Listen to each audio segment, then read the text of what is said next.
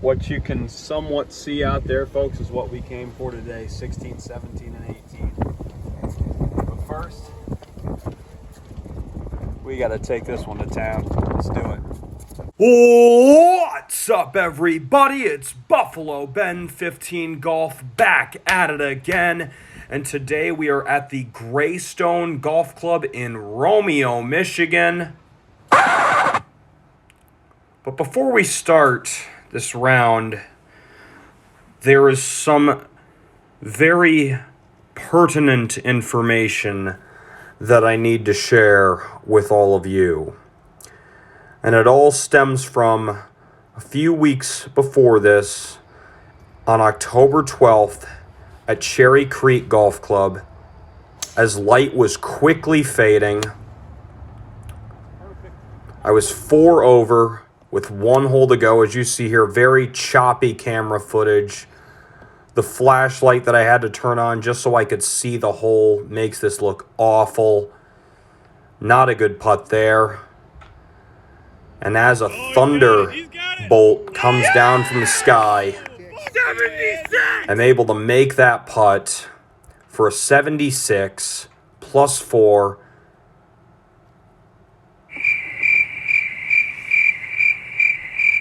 And this is what it gave me. Look at that!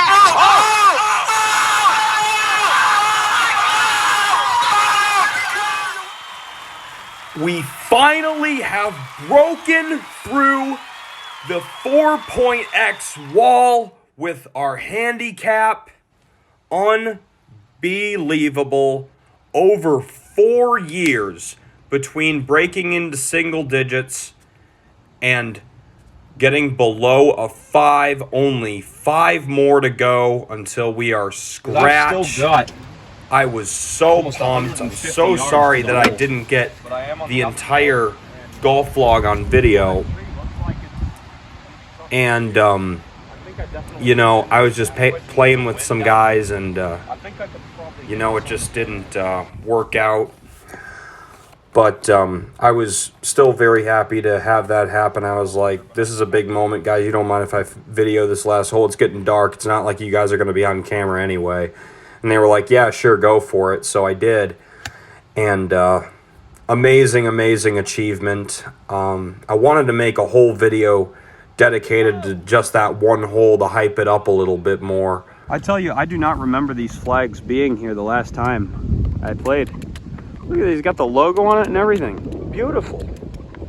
They used to just be red, white, and blue.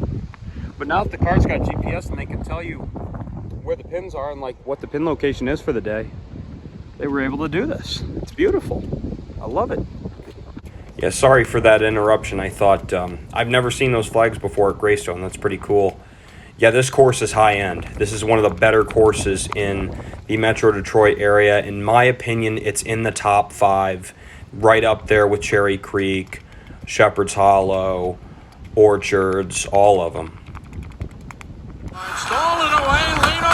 Know what else is up there? That's right.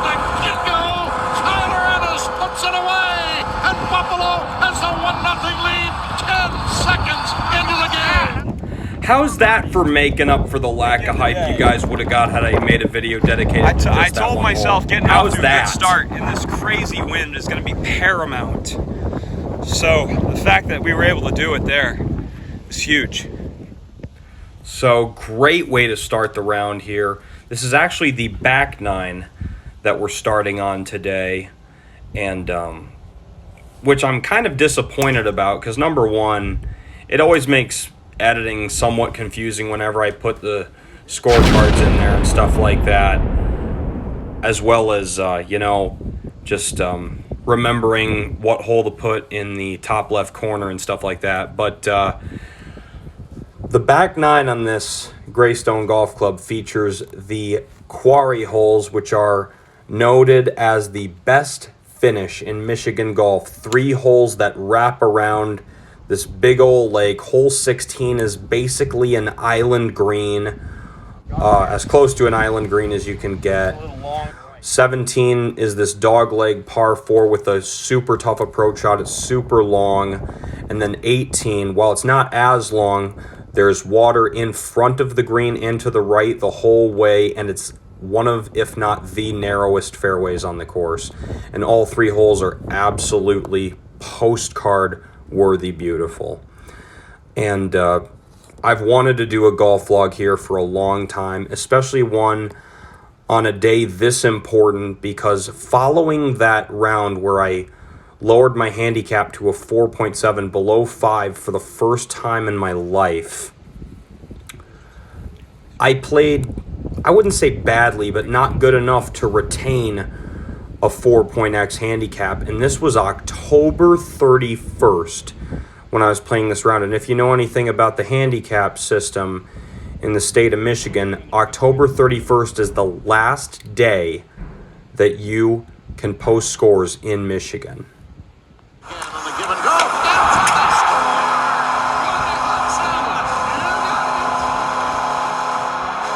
And we are well on track to post a great score here at Greystone with back-to-back birdies to start off the round.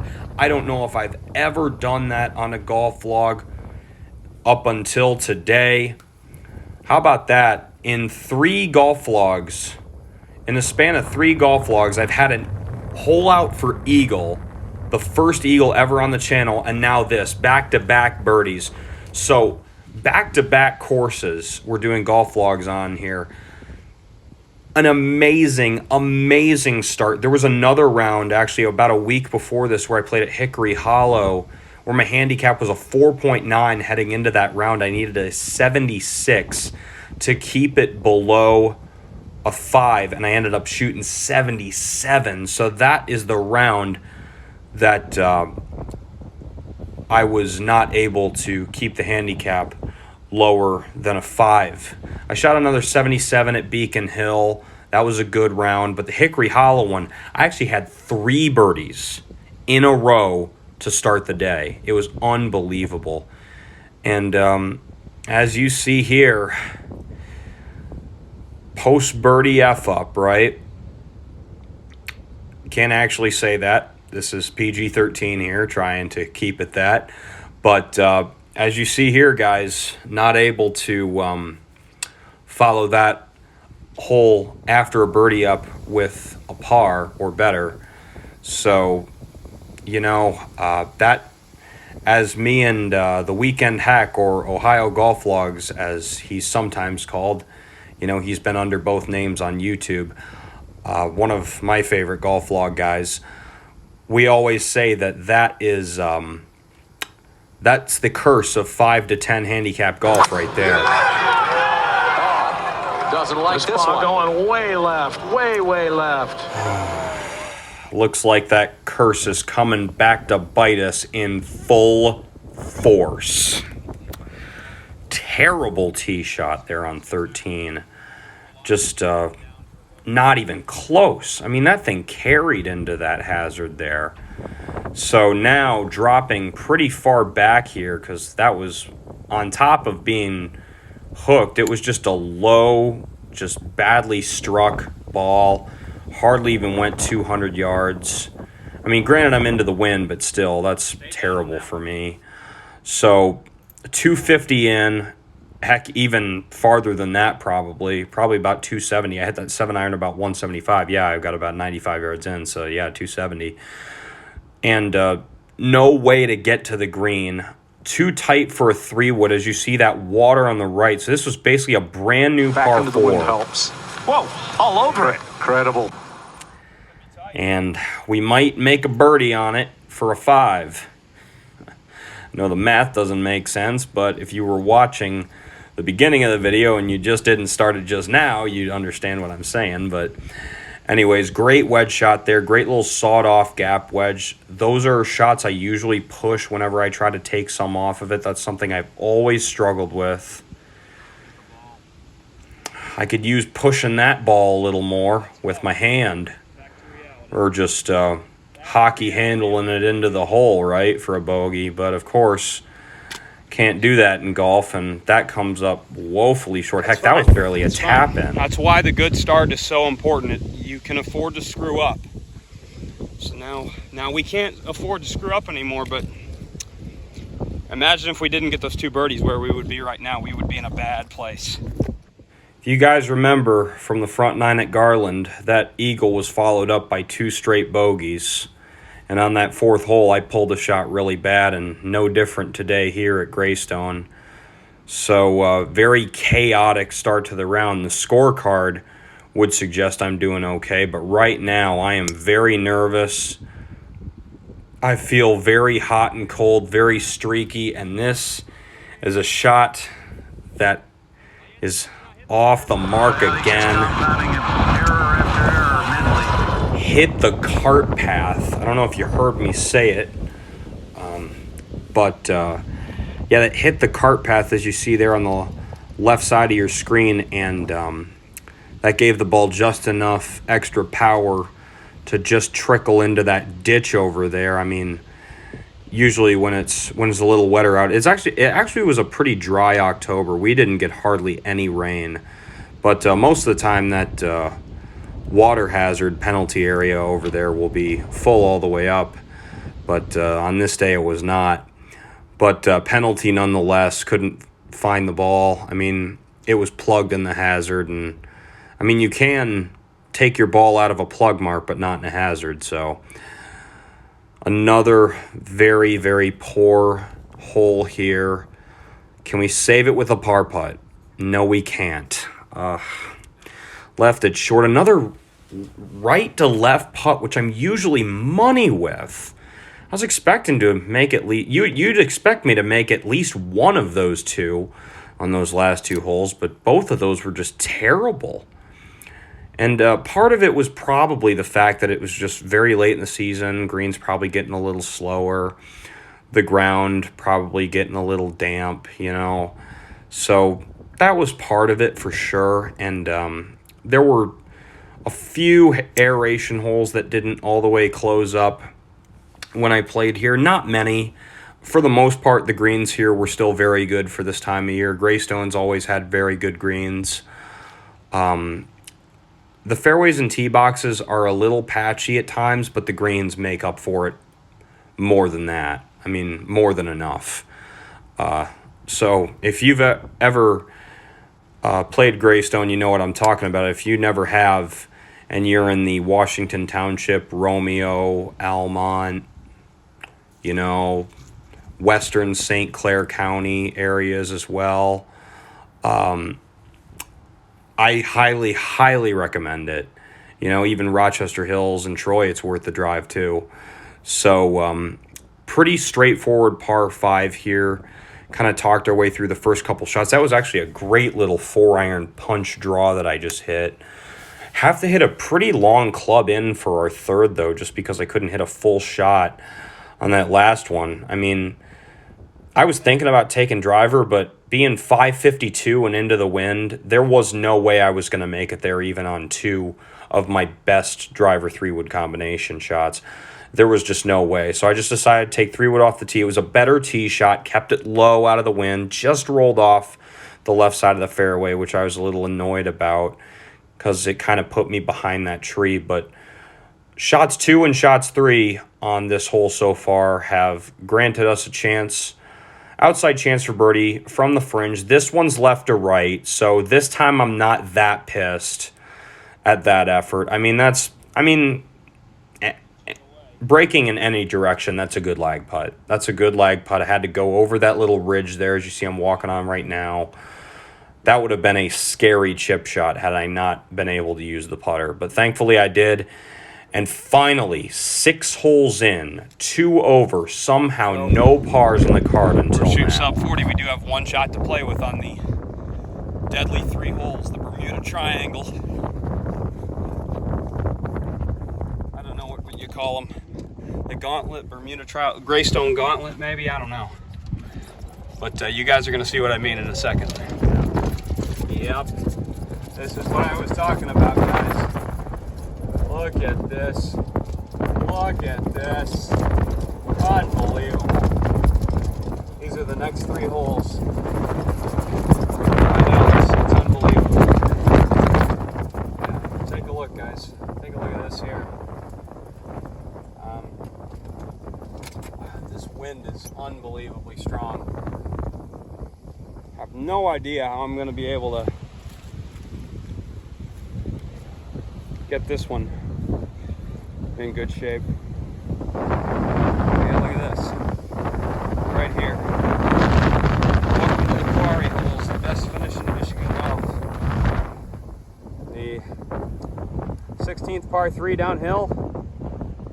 Number 17 wraps around the lake that way. Number 18 comes this way. So you need to survive these 3 holes. Boy, oh boy, it will be difficult today on a day like today. If there's ever been any holes on this channel that deserve a drive up or a walk up to the tee shot to see the view, that's one of them. I mean, I know Manistee Golf and Country Clubs are probably better than this, but the fact that you've got 3 straight holes with views like that before you like turn back away from the water to hit on the next hole at Manistee, kind of, I mean, it's unbelievable. And right in the heart of Metro Detroit, pretty much, too. I mean, what a cool place this is. And heading into these 3 holes, the wind is as big of a factor as any point in the day with how exposed these holes are. I hit a 7-iron on that tee, and it was only 140 and downhill like 20-30 feet. So, I mean, what does that tell you? I mean, look at how much that flag's flapping. You know, I'm surprised that flag hasn't snapped in half just about. It was actually, when I got up to the green, it was actually leaning against the lip, the near lip to your screen as you guys see it. So had to fix that and fix the hole a little bit before hitting this putt. Luckily, that damaged part of the lip, obviously no fault on Greystone maintenance crew's part. I mean, they keep this course in great shape. Everybody at Greystone, you guys are doing a great job. But had to fix that. Was to save par and to stay in the lead. Stepping up to hit this one. Beautiful stroke. That's a real test of intestinal fortitude right there. And what a good one it was.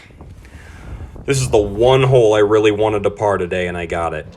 I mean, this is why we play moments like this, guys. Unbelievable.